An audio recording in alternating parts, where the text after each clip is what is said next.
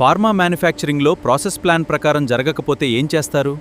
దాన్ని డీవియేషన్ అంటారు. మరి అదే ప్రాబ్లం మళ్ళీ రిపీట్ కాకుండా ఏం చేస్తారు? అదే కేపా.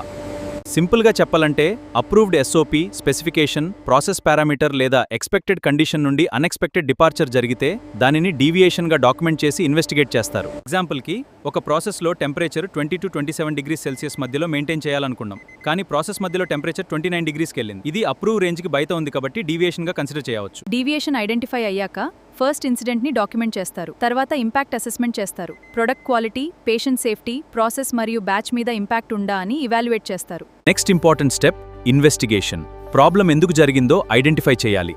ఇన్స్ట్రుమెంట్ ప్రాబ్లమా, అలార్మ్ ఫెయిలియరా, ఎస్ఓపి ఇష్యూవా, ట్రైనింగ్ ఇష్యూవా, ఇలా రూట్ కాజ్ ఐడెంటిఫై చేసిన తర్వాత కేపా ప్లాన్ చేస్తారు. కేపా అంటే and preventive action. Corrective action existing ప్రాబ్లమ్ని కరెక్ట్ చేస్తుంది. ప్రివెంటివ్ యాక్షన్ అడే ఫ్యూచర్లో మళ్ళీ రిపీట్ కాకుండా సిస్టమ్ని ఇంప్రూవ్ చేస్తుంది. సింపుల్గా రిమెంబర్ చేసుకోండి. Deviation is the problem, root cause is the reason, CAPA is the solution to prevent recurrence. ఇలాంటి ఫార్మా కాన్సెప్ట్స్ కోసం ఫార్మా వరల్డ్ని సబ్స్క్రైబ్ చేయండి. ఫార్మా ఇండస్ట్రీలో ఇలాంటి యూస్ఫుల్ కాన్సెప్ట్స్ కోసం మన ఫార్మా వరల్డ్ యూట్యూబ్ ఛానల్ని సబ్స్క్రైబ్ చేయండి. మన ఇన్స్టాగ్రామ్ పేజ్ని కూడా ఫాలో చేయండి. ఫార్మా నాలెడ్జ్ కోసం ఫార్మా వరల్డ్తో కనెక్ట్ అవ్వండి.